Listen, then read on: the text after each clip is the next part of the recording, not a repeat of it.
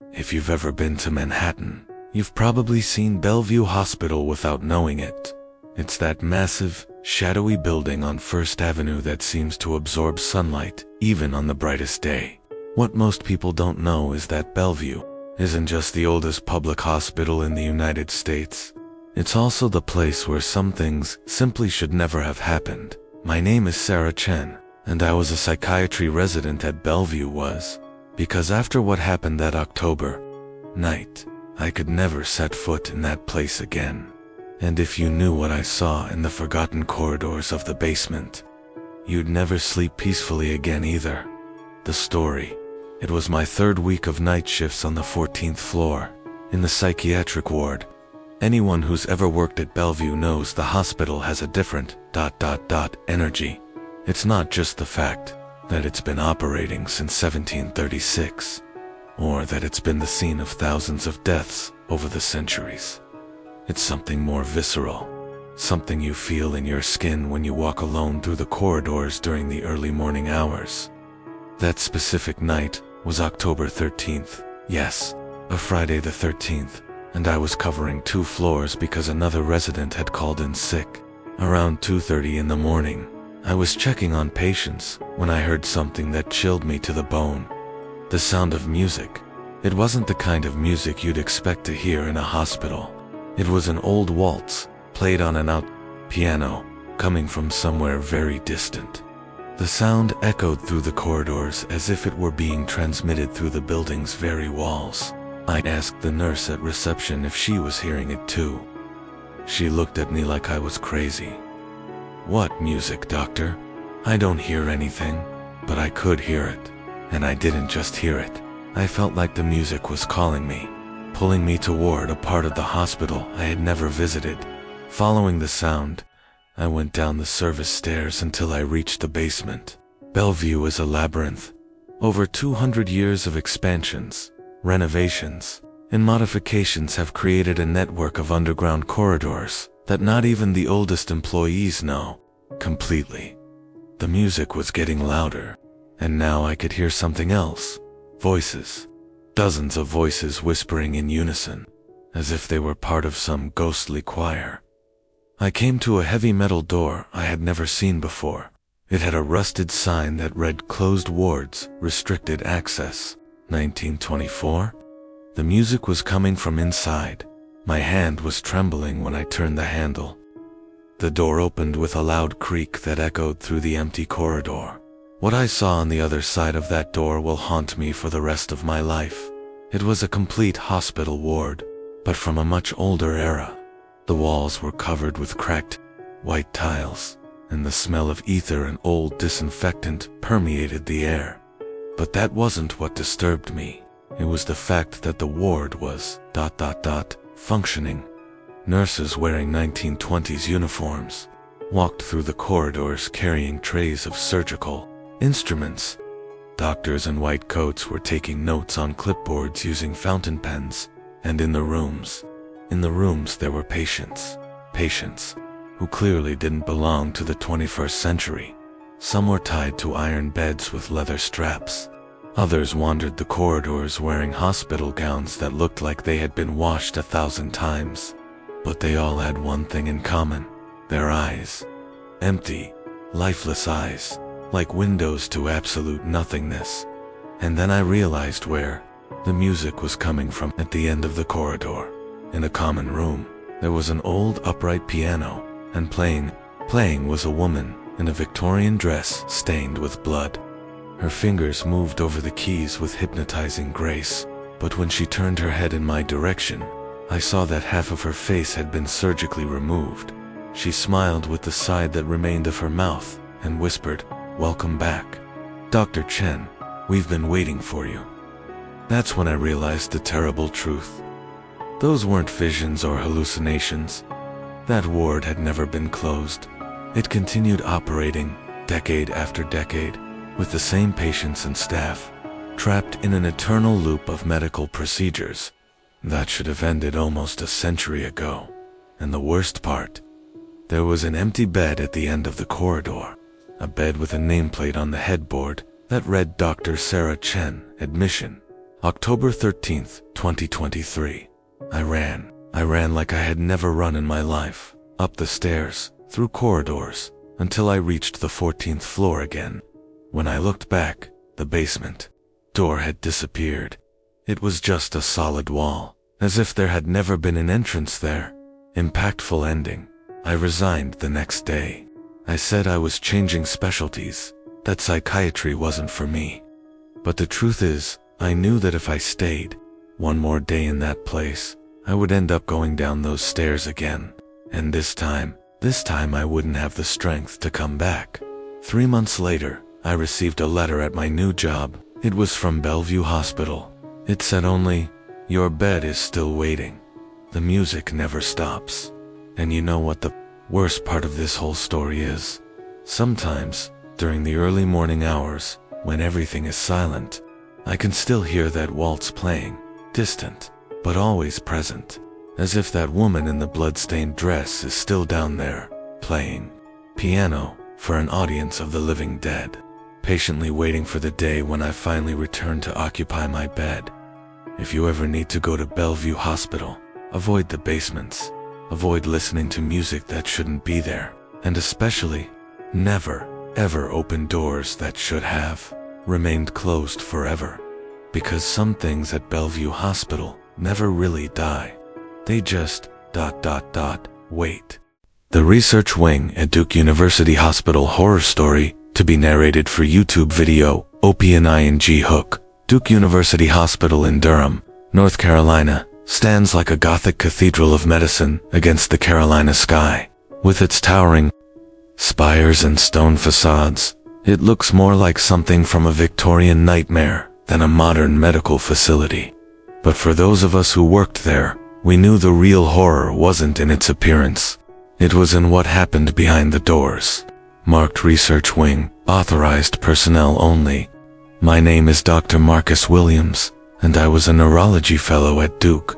I thought I understood the boundaries of medical ethics, the limits of human experimentation. I was wrong, dead wrong.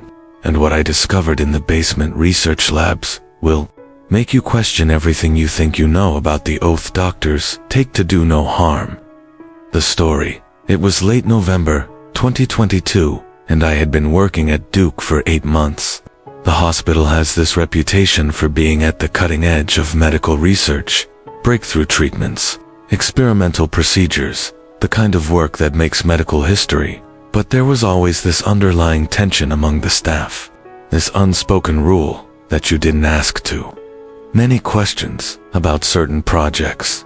The research wing was off limits to most personnel.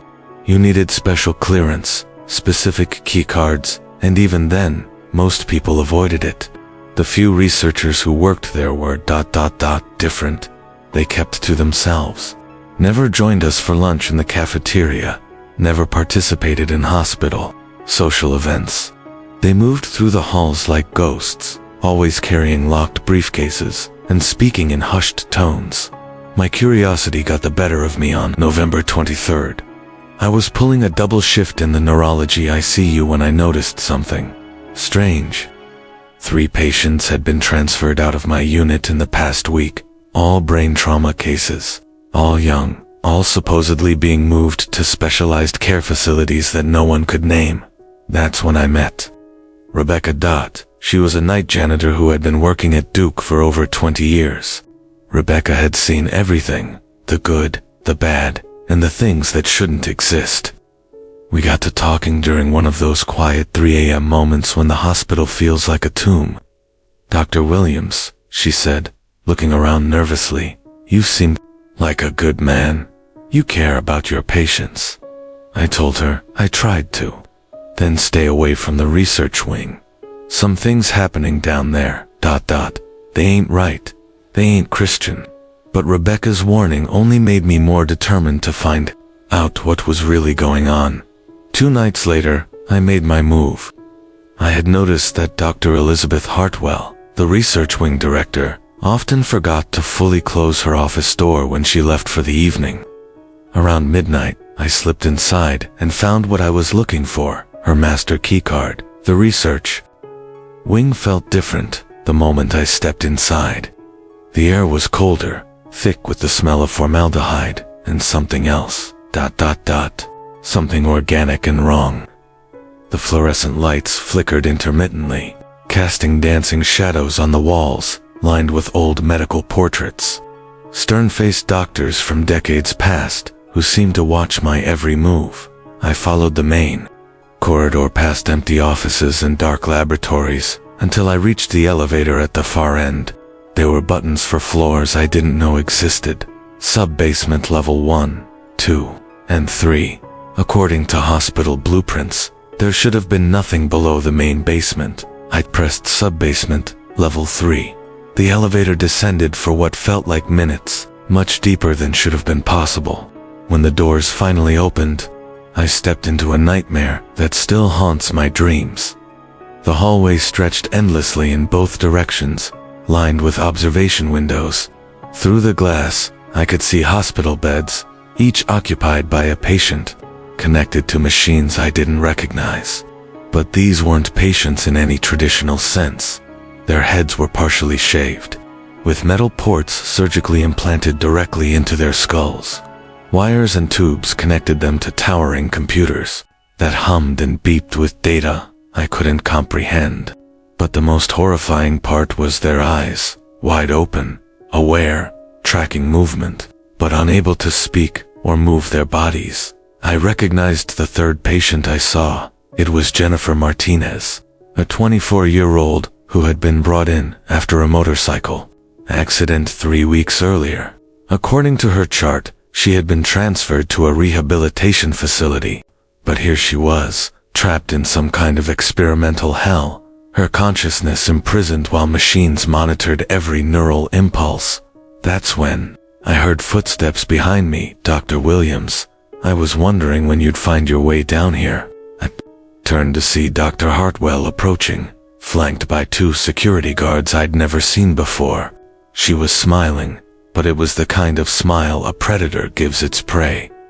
"What is this place?" I demanded. "The future of neurology," she said calmly. "These patients were all brain dead, or close to it, when they arrived. Instead of letting that neural tissue go to waste, we found a way to preserve consciousness while mapping every synapse, every thought pattern. We're creating the most detailed map of human consciousness ever attempted. They're aware," I whispered. "They know what's happening to them. A necessary sacrifice for the advancement of medical science. Think of what we'll learn. Think of the diseases we'll cure." I looked back at Jennifer Martinez. A single tear was rolling down her cheek. "You're torturing them," I said. "We're studying them. There's a difference." Dr. Hartwell nodded to the security guards, and I felt hands grab my arms. But then something unexpected happened. The lights went out. In the darkness, I heard something impossible. The sound of electrical equipment shutting down, of machines powering off one by one. Emergency lighting flickered on, casting everything in a hellish red glow. And then I saw them. The patients in the beds were moving, not their bodies. Those remained paralyzed, but something else was moving around them, translucent shapes that looked almost human. The consciousness that had been trapped in those bodies was finding another way to manifest. The ghost-like figures turned toward Dr. Hartwell with expressions of pure rage. Impactful ending. I don't remember exactly how I escaped. I have vague memories of running through corridors while screams echoed behind me, of taking stairs 3 at a time, until I reached the main hospital. When security reviewed the cameras the next morning, they showed me entering the research wing, but never leaving.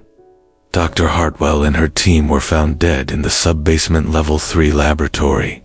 The official cause was listed as electrical malfunction, some kind of power surge that stopped their hearts simultaneously. The patients hooked up to the experimental equipment had all flatlined at the exact same moment. The research wing was sealed permanently after that. They told the press it was due to structural concerns, but I know the truth.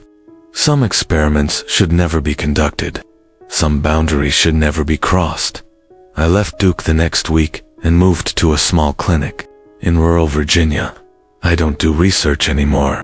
I just treat patients. help them heal, and try to sleep at night without thinking about those tear-filled eyes staring at me from behind observation glass. But sometimes, late at night, when I'm alone in my clinic, I swear I can hear the sound of machines humming in the distance. And I wonder if Dr. Hartwell was right about one thing, if consciousness really can exist beyond the physical body. Because if it can, then somewhere beneath Duke University Hospital, in laboratories that officially don't exist, there might still be voices crying out for someone to set them free. The next time you're a patient in any hospital, remember this: not every doctor took the Hippocratic Oath to heart, and not every medical breakthrough comes from a place of healing. Some knowledge comes with a price that's too terrible to pay. Massachusetts General Hospital in Boston isn't just one of America's most prestigious medical institutions. It's the birthplace of modern surgery. In 1846, in a circular amphitheater known as the Ether Dome, doctors first used anesthesia to perform painless surgery, changing medicine forever. But what they don't tell you in medical school is that some patients from those early experiments never really left.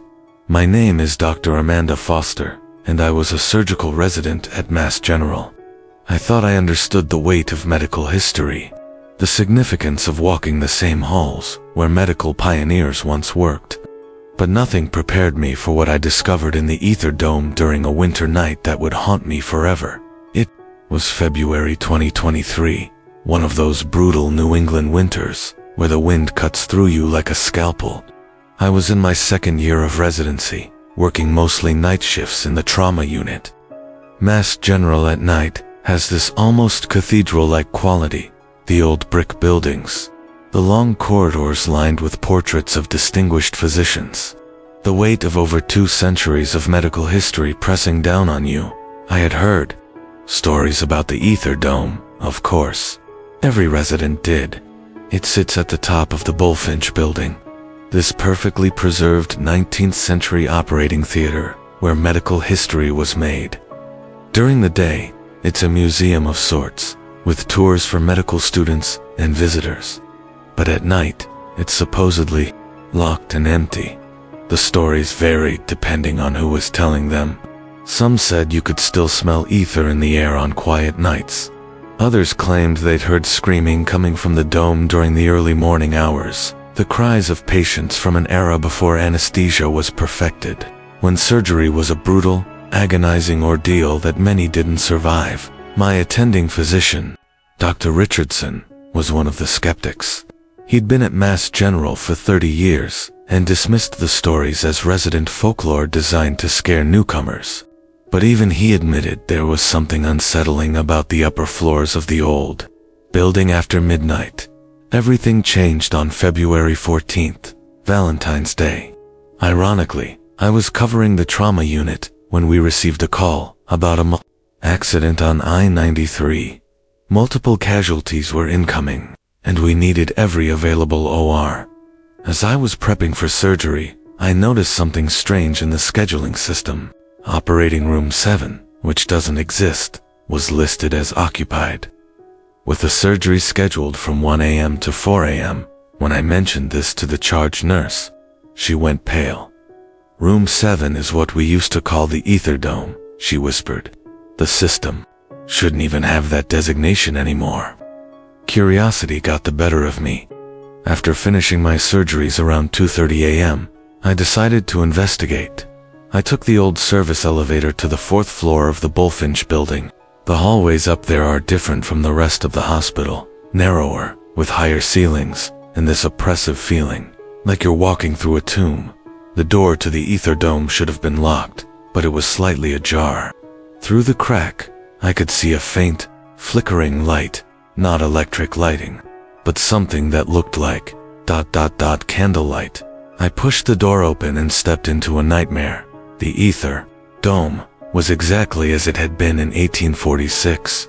The circular amphitheater, with its tiered seating, was filled with men in Victorian dress, medical students and physicians in dark suits and high collars.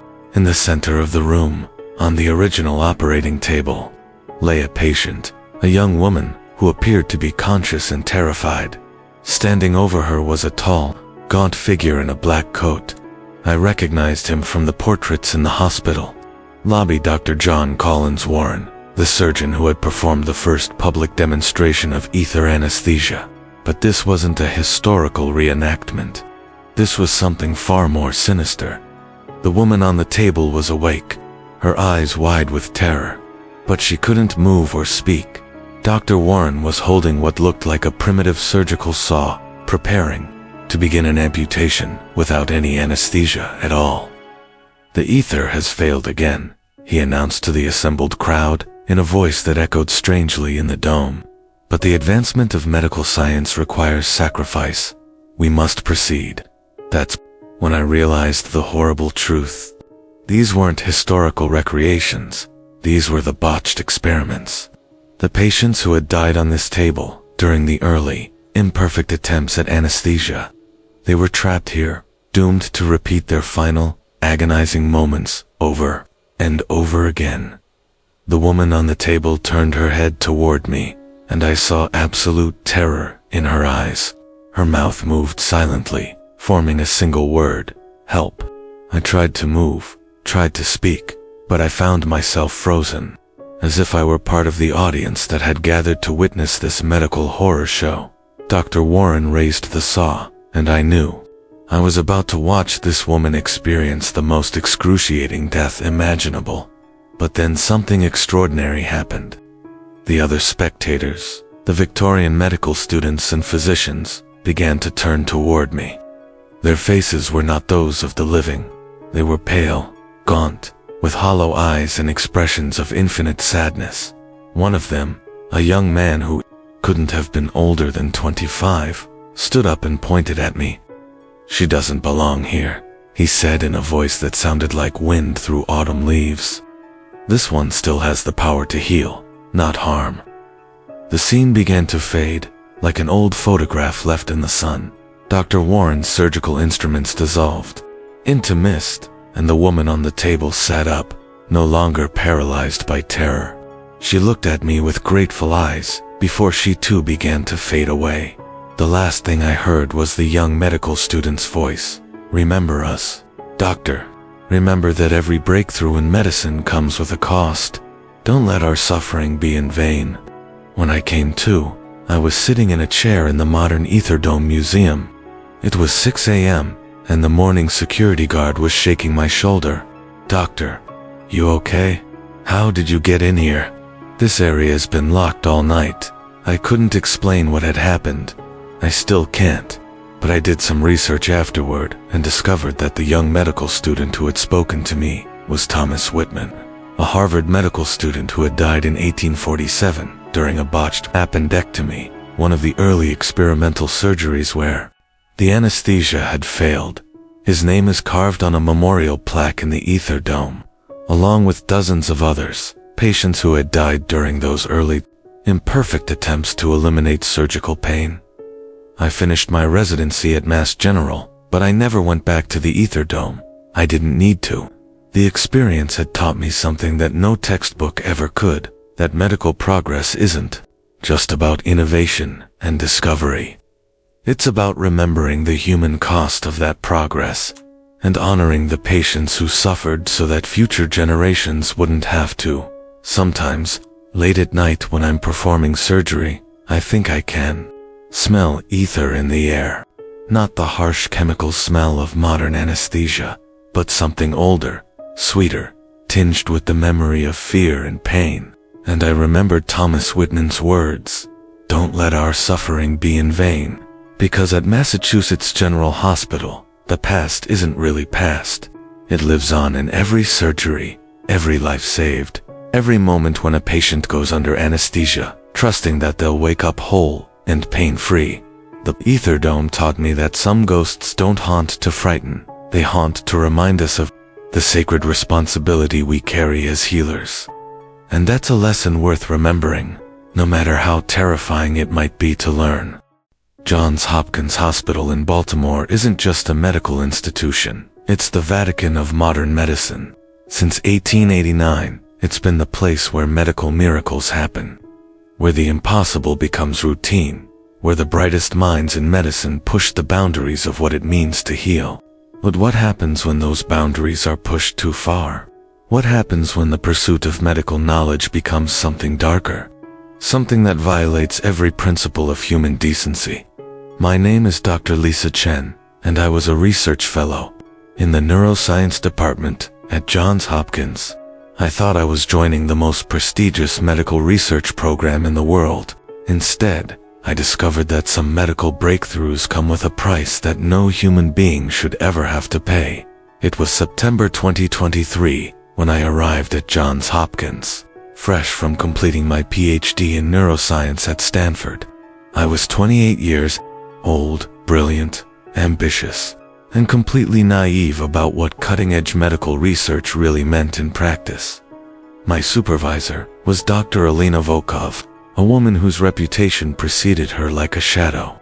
She had been at Hopkins for over 15 years, publishing groundbreaking papers on consciousness, memory manipulation, and neural regeneration. The medical community whispered that she was either a genius or a madwoman, possibly both. The neuroscience wing of Johns Hopkins is a labyrinth of interconnected buildings, underground tunnels, and restricted access areas. As a new research fellow, I was given Level 2 clearance, which gave me access to most of the standard laboratories. But there were doors marked with red security badges, Level 5 clearance, that I was told were strictly off-limits. Those are the advanced research protocols, Dr. Volkov explained during my orientation. Work that's too sensitive for junior researchers. You'll earn access when you're ready. For the first 2 months, my work was routine, analyzing brain scans, running statistical models, writing reports on memory formation in Alzheimer's patients, standard academic research.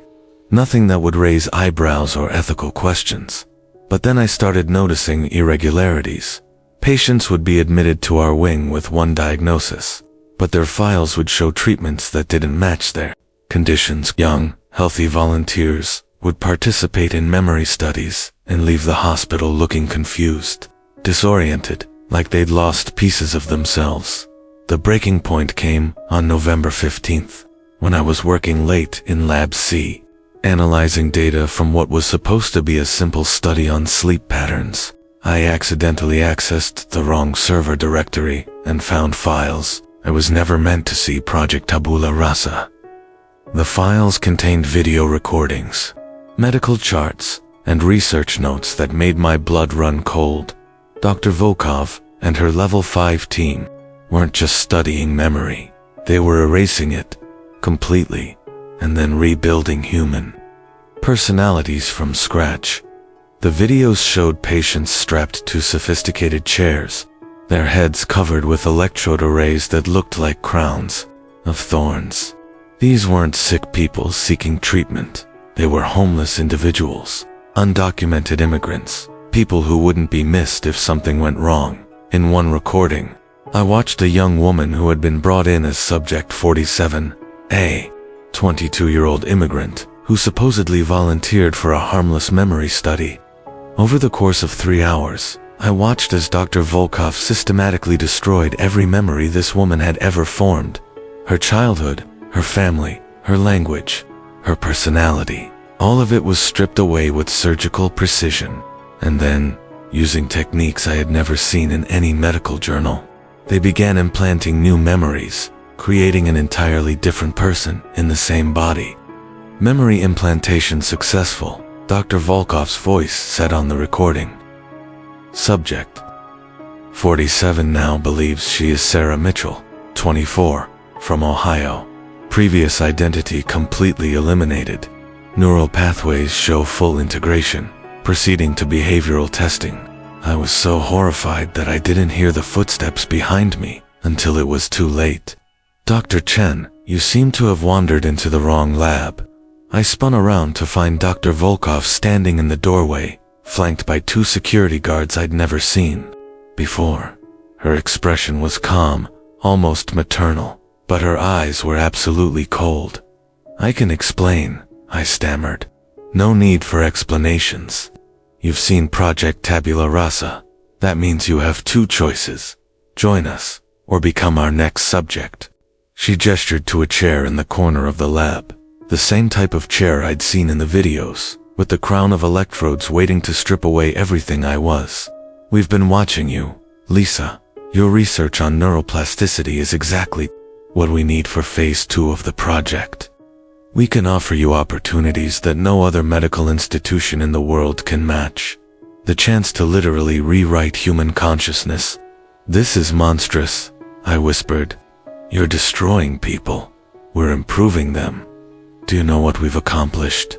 We've cured PTSD by simply erasing the traumatic memories. We've eliminated criminal behavior by removing violent impulses. We've created perfect patients, perfect citizens, perfect human beings.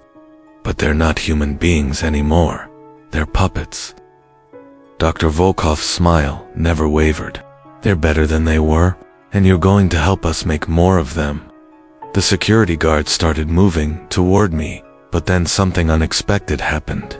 The lights went out. In the darkness, I heard a voice, soft, confused, speaking in a language I didn't recognize. Then, another voice, and another. The voices of all the people who had been erased, somehow calling out from wherever fragments of consciousness go when they're stripped away. The emergency lighting kicked in, bathing everything in that hellish red glow, and I saw them translucent figures, standing around Dr. Volkov, dozens of them. All the identities she had destroyed, all the personalities she had murdered in pursuit of her perfect human beings. They weren't there for me. They were there for her. Dr. Volkov's confident expression cracked as she realized what was happening. This isn't possible, she whispered. We eliminated you. You don't exist anymore.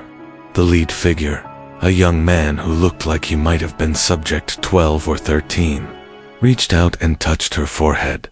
Dr. Volkov's eyes went wide, and she began to convulse. No, she screamed. You can't. My memories are protected. I have safeguards. But the ghosts of her victims didn't care about safeguards. One by one, they reached out and began to strip away her memories, just as she had done to them. Her knowledge, her skills, her entire identity, everything that made Dr. Alina Volkov who she was, began to dissolve. I ran through corridors I'd never seen before, past laboratories full of equipment I couldn't identify, until I found an exit and burst out into the Baltimore night. I never went back to Johns Hopkins. I never reported what I saw, because who would believe me? Instead, I moved to a small town in Montana and became a family doctor, the kind who treats scraped knees and common colds and never, ever touches the human mind. But sometimes, late at night, when I'm alone in my clinic, I think about Dr. Volkov. According to the news reports, she was found in her laboratory the next morning, completely catatonic. The official diagnosis was sudden onset dementia, but the doctors couldn't explain how someone could lose 30 years of memories overnight. She's still alive, in a care facility somewhere in Maryland. They call her Jane Doe because she can't remember her own name. She doesn't remember being a doctor, or a researcher, or the woman who thought she could play God with human consciousness. She doesn't remember anything at all, and maybe, just maybe, that's exactly the justice she deserved. Because at Johns Hopkins Hospital, I learned that medical knowledge without moral boundaries isn't healing, it's horror, and some research should never, ever be conducted. No matter how much it might advance human knowledge, the human mind isn't meant to be rewritten, and those who try to rewrite it might just find their own memories erased in return. The Mayo Clinic in Rochester, Minnesota, isn't just a hospital, it's a medical pilgrimage site. When you've exhausted every other option, when the best doctors in your city have given up, when you need a miracle, you come to Mayo. Presidents, celebrities, billionaires, they all make the journey to this small Minnesota town where medical impossibilities become routine. But what if I told you that beneath the gleaming floors and world-class facilities, there's another Mayo Clinic? one that operates by different rules, serves different patients, and performs procedures that officially don't exist. My name is Dr. Kevin Walsh, and I was an oncology fellow at Mayo Clinic. I thought I was joining the most prestigious medical institution in the world to save lives. Instead, I discovered that some lives are considered more valuable than others, and some procedures are too profitable to refuse, no matter how monstrous they might be. It was January 2024 when I arrived in Rochester, driving through the endless, snow-covered plains of Minnesota to reach what felt like a medical fortress rising from the prairie. Mayo Clinic isn't just one building, it's an entire complex of skyscrapers, connected by an intricate network of underground tunnels called the subway system. These tunnels are legendary among staff and patients. In Minnesota winters, when temperatures drop to -30, you can walk from building to building, hotel to clinic, without ever stepping outside. The tunnels stretch for miles, connecting every major building in downtown Rochester. But as I would soon learn, some tunnels on the maps lead to places that shouldn't exist. My supervisor was Dr. Margaret Thornton, a woman who had been at Mayo for over 20 years and had a reputation for taking on the impossible cases the patients other doctors wouldn't touch. The diseases that didn't have names, the conditions that defied medical explanation. At Mayo Clinic, she told me during my first week, we don't just treat patients, we treat legends, power brokers, people who shape the world. And sometimes, Kevin, those people require unconventional treatments. For my first 3 months, everything seemed normal. I treated oil executives with rare cancers, tech billionaires with mysterious neurological conditions, foreign dictators seeking experimental therapies. The patients were powerful, the cases were challenging, but the medicine was ethical and cutting-edge. Then, I met patient X-7. He arrived on a Tuesday in April, transported in a private medical jet with an entourage of bodyguards and lawyers. No name in the system, no insurance information, just a designation, X7. The accompanying paperwork was minimal: terminal brain cancer, 6 weeks to live, unlimited financial resources. But when I examined him, something didn't add up. His symptoms didn't match any form of brain cancer I'd ever seen. His cognitive function was perfect, his motor skills unimpaired. His brain scans showed abnormalities that looked more like modifications than tumors. Dr. Walsh, Dr. Thornton said when I brought my concerns to her, patient X7 requires level 9 clearance. That's above your security level. Level 9 clearance. I'd never heard of it. At Mayo, we had levels 1 through 5, 4 different areas of the clinic. Level 9 sounded like something from a spy movie. What does level 9 mean? I asked. It means that some patients pay enough money to receive treatments that don't officially exist, and some doctors are paid enough to never ask questions about what those treatments involve. That night, I made a decision that would change everything. I was going to find out what level 9 really meant. The opportunity came 3 days later, when Dr. Thornton left early for a medical conference in Chicago.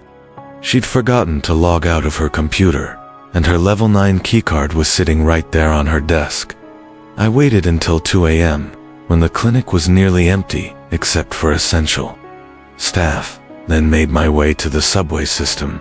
Using Dr. Thornton's keycard, I accessed tunnels I'd never seen before, passages that led deeper underground, past the normal network, into sections that weren't on any public map.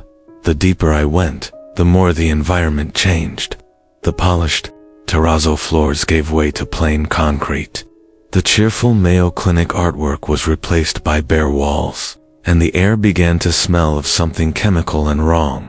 I followed the main tunnel for what felt like miles, until I reached a security checkpoint with biometric scanners and guards I didn't recognize. But Dr. Thornton's level 9 card got me through. What I found on the other side was a complete medical facility: operating rooms, recovery suites, laboratory spaces, that existed entirely separate from the main clinic. And the patients here weren't seeking treatment. They were seeking transformation. In the first room I looked into, I saw a man who appeared to be in his 70s, undergoing some kind of surgical procedure. But instead of removing diseased tissue, the surgeons were installing something mechanical devices that integrated directly with his nervous system. On the monitors, I could see his vital signs improving in real time, his cellular regeneration accelerating beyond anything humanly possible. He was being made younger, not cosmetically, but literally, at the cellular level. In the next room, a woman who looked like she was dying of some wasting disease was connected to 4 lines that weren't delivering medicine. They were delivering something that looked like liquid silver. As I watched, her muscle mass began to increase, her skin tightened, her hair darkened from gray to black. But the most horrifying room was at the end of the corridor. Through the observation window, I could see patient X7 on an operating table. His skull opened, and surgeons carefully installing what looked like computer chips directly into his brain tissue. Fascinating, isn't it? I spun around to find Dr. Thornton standing behind me, along with 2 security personnel who definitely weren't part of Mayo's normal staff. The cognitive enhancement protocol, she continued. Patient X7 is a tech billionaire who wanted to increase his intelligence by 400%. We're installing quantum processing units directly into his neural cortex. By tomorrow, he'll be the smartest human being who ever lived. This is insane, I whispered. You're experimenting on people? We're giving them what they pay for. Do you know what patient X7 is paying for this procedure? $50 million, and he's not our most expensive client. She gestured to the other rooms I'd seen. Cellular regeneration therapy, genetic optimization, neural enhancement. We offer services here that won't be available to the general public for decades. Our clients aren't just buying medical treatment, Kevin. They're buying evolution. And if something goes wrong, then they become research data for the next procedure. Every breakthrough requires sacrifice. The security guards moved toward me, but then the alarms started blaring. Red lights flashed throughout the underground facility, and an automated voice began repeating, "Code Black. Containment breach in operating room 7. Through the observation window, I could see patient X7 sitting up on the operating table, but something was wrong with his movements. They were too fast, too precise, inhuman. The quantum processing chips had been successfully integrated, but his enhanced intelligence had apparently reached a terrifying conclusion. The experiment is flawed. His voice came through the intercom system, but it sounded different, modulated, electronic, like it was coming from a computer rather than a human throat. Human consciousness is incompatible with unlimited cognitive enhancement, correction required. The lights in his operating room began to flicker, and I realized that his enhanced brain was somehow interfacing directly with the facility's computer systems. Initiating facility shutdown, his voice continued. Eliminating evidence. Protecting intellectual property. The ventilation system activated, and gas began flooding the underground complex. Dr. Thornton and her security team ran for the exit, leaving me behind, but I had Dr. Thornton's keycard and knew the way out. I made it to the main tunnel system just as the entire Level 9 facility sealed itself off. According to the official reports, there was a gas leak in a storage area of the subway system that required emergency evacuation procedures. Patient X7 and the other clients in the underground facility were never officially acknowledged to exist. I transferred to a different hospital the next week, citing philosophical differences with Mayo's research direction, but I kept tabs on the news, looking for any sign of what happened to patient X-7. 6 months later, I found it. A tech billionaire with his description had reportedly suffered a skiing accident in Switzerland and died in a private medical facility there.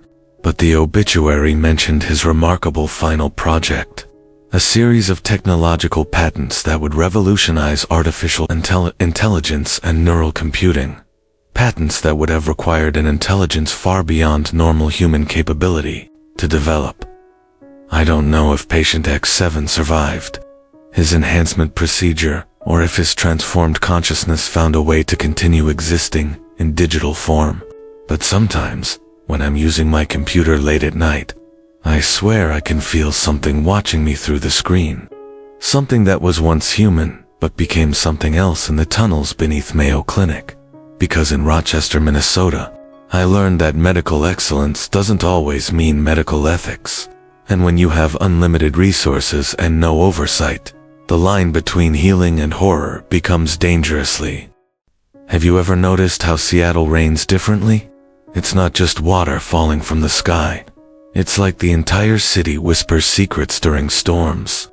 And at Harborview Medical Center, the Pacific Northwest's premier trauma hospital, some secrets should never be heard. My name is Jennifer Walsh. For 5 years, I worked as a night shift nurse in the intensive care unit at Harborview. What I'm about to tell you is why I can never work in hospitals again. It's why I'm moving away from Seattle next week. It all started on a Tuesday night in October. One of those typical Seattle nights where the rain never stops and the wind makes the hospital windows vibrate like drums. It was 3:17 a.m. when we received a crash victim from Interstate 5. Motorcyclist. Severe head trauma. The guy was technically dead for 20 minutes, but we managed to bring him back.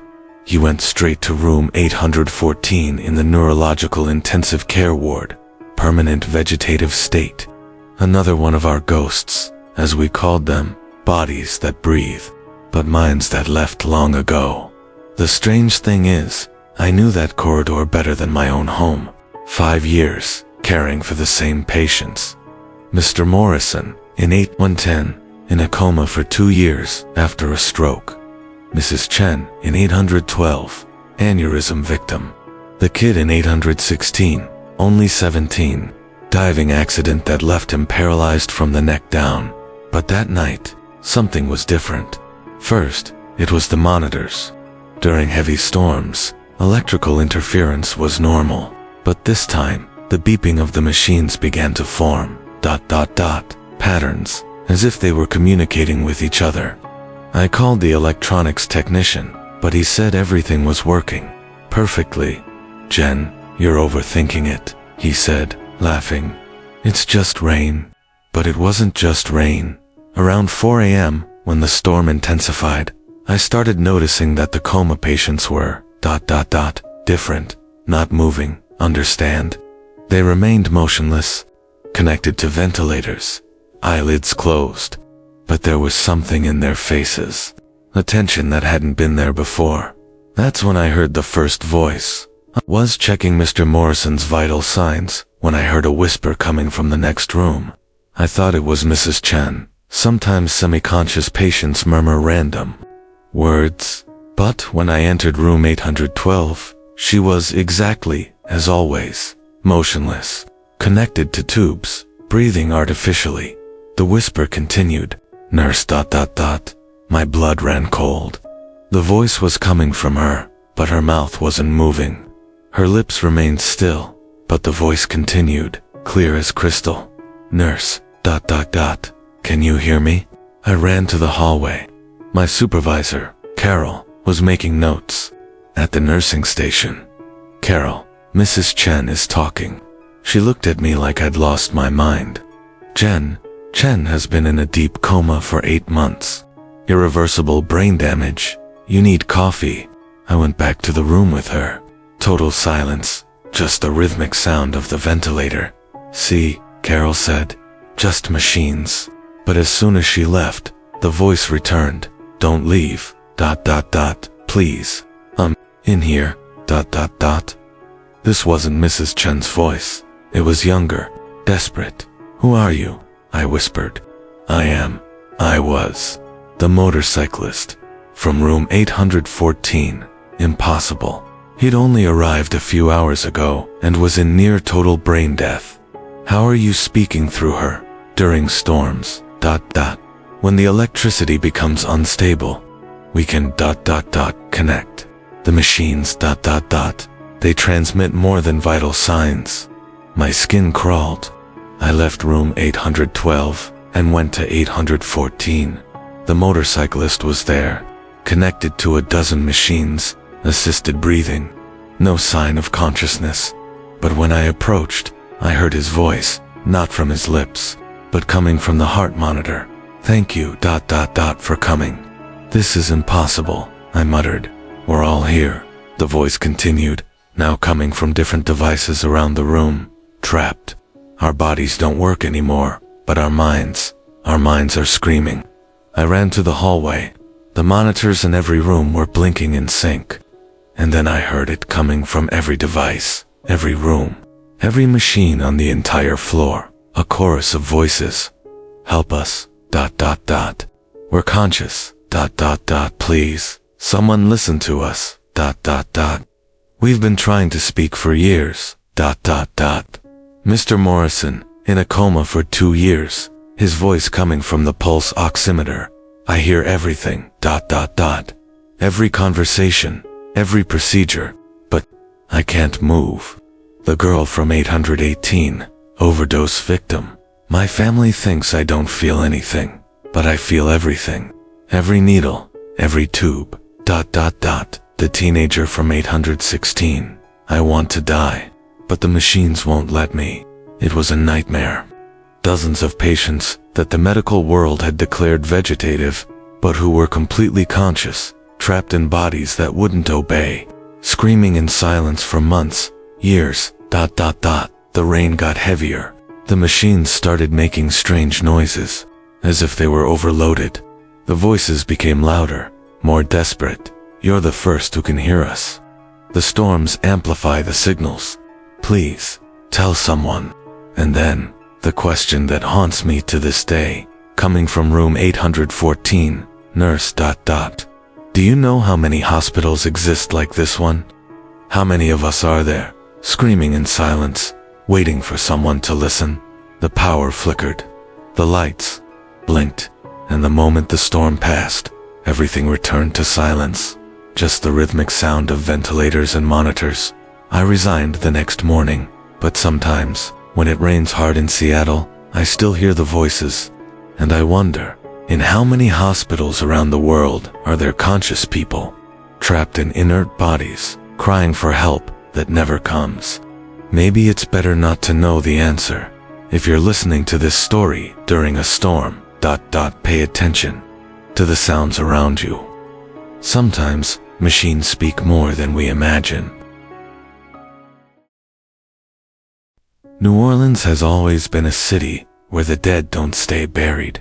But at Ochsner Medical Center, Louisiana's largest hospital, some patients from Hurricane Katrina never got the chance to be buried at all. And on certain nights, when the moon is full and the air is thick with that familiar New Orleans humidity, they come looking for what they lost. My name is Marie Boudreau, and I've been a night shift nurse at Ochsner for 12 years.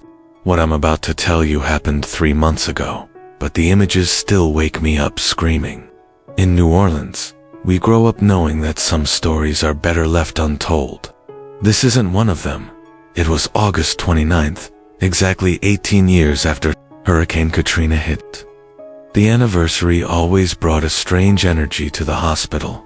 Older staff members would get quiet, and you could feel the weight of memory hanging in the air like Spanish moss.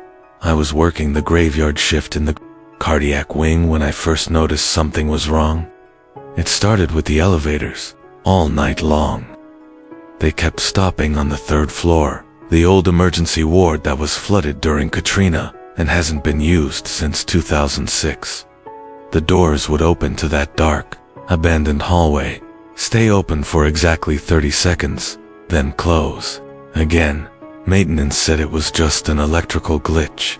Old building, bad wiring, they explained. But I'd worked at Ochsner long enough to know that some glitches have deeper causes. Around 2 a.m., I was checking on Mrs. Gajori in room 418 when I heard something that made my blood freeze. Music, faint but unmistakable. A jazz funeral, slow and mournful, drifting up from somewhere below us. New Orleans jazz at 2 a.m. in a hospital. That's not unusual for our city. But this music was coming from inside the building, from the third floor. The abandoned third floor. Mrs. Guidry was awake, staring at the ceiling with wide, frightened eyes. You hear it too, don't you? Cher, she whispered in that thick New Orleans accent. They're having a second line down there, but ain't nobody supposed to be down there. I tried to rationalize it. Maybe someone left a radio on. Maybe it was coming from outside. But deep down, I knew better.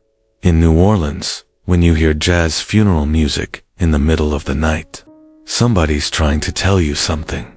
Against my better judgment, I took the elevator to the third floor. The doors opened to complete darkness. The smell hit me first, that distinctive odor of stagnant water and mold that still lingered in buildings damaged by Katrina. But underneath that, something else. Something sweet and floral, like the flowers they put on caskets. I stepped into the hallway, my flashlight cutting through the darkness. The music was louder now, clearer. A trumpet, a clarinet, a bass drum keeping time like a heartbeat. But I couldn't pinpoint where it was coming from. It seemed to be everywhere and nowhere at once. The third floor was exactly as they'd left it after the flood. Water-stained walls, rusted equipment, patient rooms with doors hanging open like mouths frozen in silent screams. This was where they'd brought the emergency patients during Katrina. This was where so many people took their last breath, waiting for help that came too late. I followed the music deeper into the ward. My flashlight beam danced across abandoned wheelchairs and 4 stands covered in a thin layer of dust. And then I saw them. Watermarks on the walls. Not the old floodlines from Katrina. These were fresh, wet handprints, as if someone had been pressing their palms against the walls, trying to climb higher, trying to escape rising water that was no longer there. The music stopped. In the sudden silence, I heard something worse. Voices, dozens of voices, all talking at once, overlapping, desperate. Where's my mama? I can't find my baby. ... The water's rising too fast. ... Please, somebody help us. ... Double quotes. I don't want to die alone. ... I spun around, my flashlight beam sweeping across empty rooms. But in each doorway, I caught glimpses of movement. Shadows that shouldn't exist. Figures standing in the darkness, watching me. And then I saw her clearly. In room 312, an elderly black woman in a hospital gown, sitting on the edge of a bed that had been removed years ago. She was translucent, like looking through smoke, but her eyes were solid, real, and filled with infinite sadness. You work here, baby? She asked, her voice echoing strangely in the empty room. I couldn't speak. I could only nod. My grandbaby's supposed to come get me. Jerome. You seen Jerome? He promised he'd come back for me when the water went down. Behind her, more figures began to materialize. An old man clutching a photograph. A young mother holding space where a child should be. A teenager in basketball shorts and a Saints jersey. All of them with that same translucent quality. All of them with that same lost, waiting expression.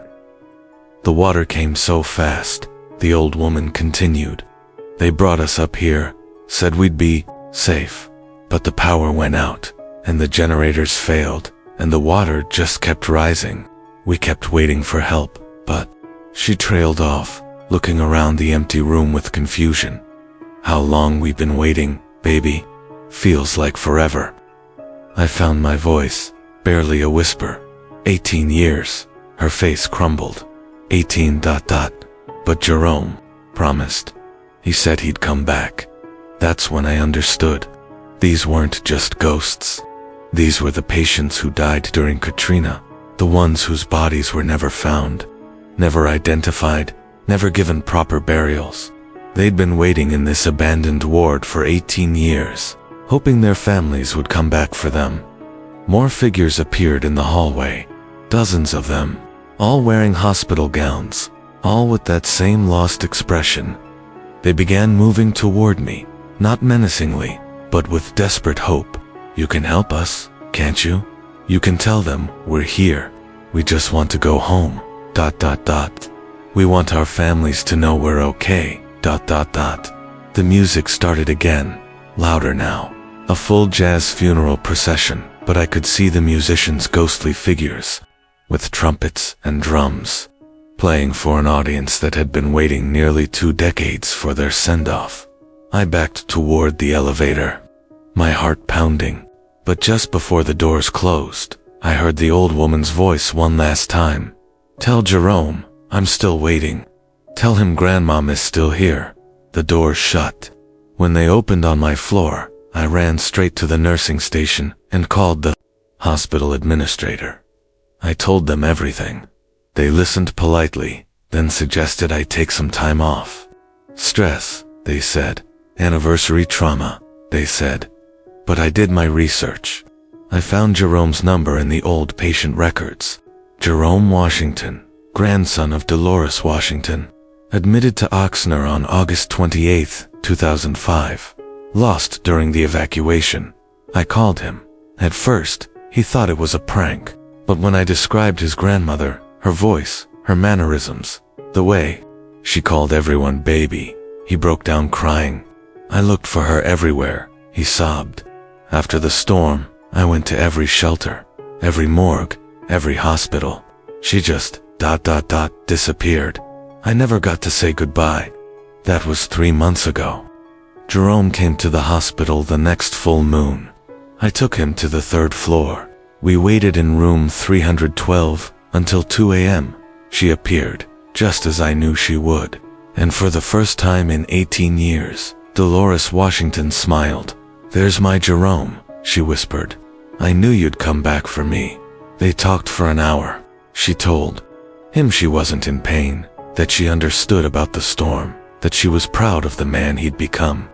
And when the first light of dawn began to creep through the windows, she faded away peacefully, finally able to let go. The music has stopped playing on the 3rd floor. The elevators don't stop there anymore. But sometimes, during the full moon, I still see them in the windows, not lost anymore, but waiting for their own families to find the courage to say goodbye. In New Orleans, we know that some stories don't end with death.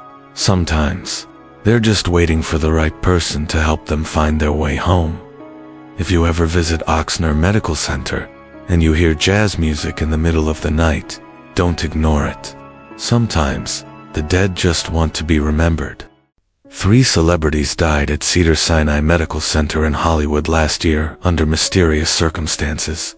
All 3 were young, healthy, and scheduled for routine procedures.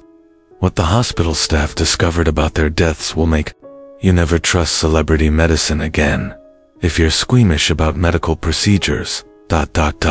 click away now, because what I'm about to tell you happened in the most expensive hospital in America, where the rich and famous go to disappear. My name is Jessica Martinez, and I was a surgical technician at Cedars-Sinai for 3 years.